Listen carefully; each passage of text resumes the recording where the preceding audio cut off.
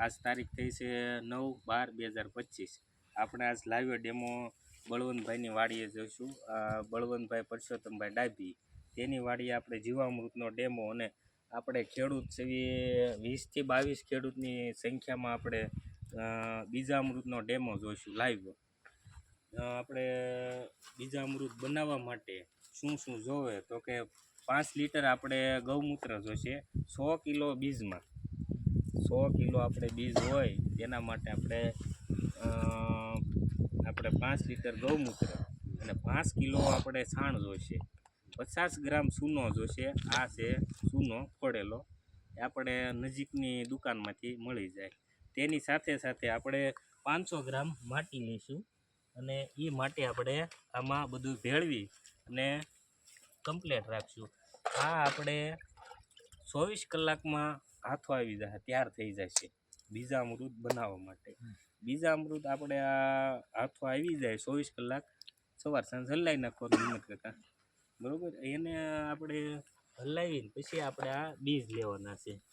આ બીજ છે આપણે આગળ વાડીમાં થોડુંક પાણીના હિસાબે રેજ જેવું હતું એટલે અત્યારે ઘઉંનું વાવેતર અત્યારે કરવાનો સમય મળ્યો છે અને આપણે જરાક આગળ વાડીમાં આપણે બળુભાઈની વાડીએ ઘઉં પણ વાવવાના છે।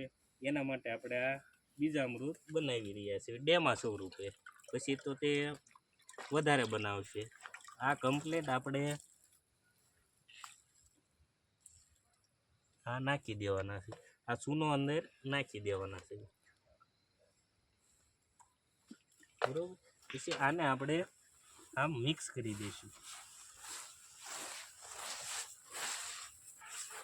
સરસ મજાનો આમ પટ લાગી જાય એવી રીતે આપણે કરી નાખશું। અને જો આ ઘઉંનું બિયારણ છે, માનો કે આપણે સિંગ હોય, મગફળી હોય તો તેના માટે આપણે 2 જણા આવી રીતે પટ આપી અને સિંગ એવી વસ્તુ છે એના ફોતરાવા ઓલા થઈ જાય એટલે ઉગે નહીં, તેના માટે આપણે સામાથી આવી રીતે હલાવવાનું છે। એક સલાખું લેવાનું, પછી આવી રીતે હલાવી નાખવાનું। હા, સિંગનો પટ માટે, ઘઉંના પટના માટે નહીં, આપણે સિંગ માટે। અને આને આપણે સરસ મજાનું આમ સૂકવી નાખીશું।